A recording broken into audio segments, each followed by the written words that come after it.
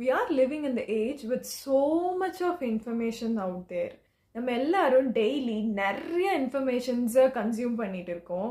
நம்ம குழந்தைங்களுக்கும் அதையே செஞ்சுட்டு இருக்கோம்னு தான் நினைக்கிறேன். ஏன்னா 2.25 வயசுல தான் ஃபர்ஸ்ட் ஸ்கூலில் சேர்ப்பாங்க. பட் இப்போ கிண்டர் கார்டன் அண்ட் அதுக்கு முன்னாடி ப்ரீ ஸ்கூல், ப்ளே ஸ்கூல்னு நிறைய பேர் சொல்லி ஸ்கூலுக்கு அனுப்ப ஆரம்பிச்சிட்டிங்க.